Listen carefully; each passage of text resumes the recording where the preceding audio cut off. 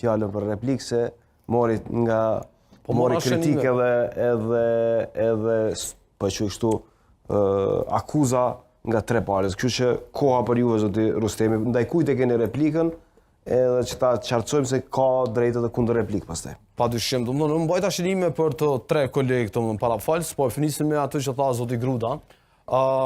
E para duhet ta themi një gjë që në krye të herës, domethënë opozita po shkon këto zgjedhje jo për të fituar sepse të gjithë qytetarët e Republikës e dinë se kush do të fitojë këto zgjedhje, por po shkojnë në këto zgjedhje në fakt vetëm në synim për ta dobësuar në pikpamjen e tyre vetëvendosin. Domethënë ta kanë një synim, unë do të thoja ëndër, e kanë pasur edhe vitin e kaluar, që zgjedhje pas zgjedhje në periudhë të shkurtër ta zbresin vetëvendosin. Domethënë nuk e fshehin, e thonë edhe publikisht. Në këto zgjedhje nuk po shkojmë për shkak të kalkulimeve për karrikën e presidentit. Është një nga rastet e rrolla, do thoya unë, që askush se ka dashur pozitën e presidentit.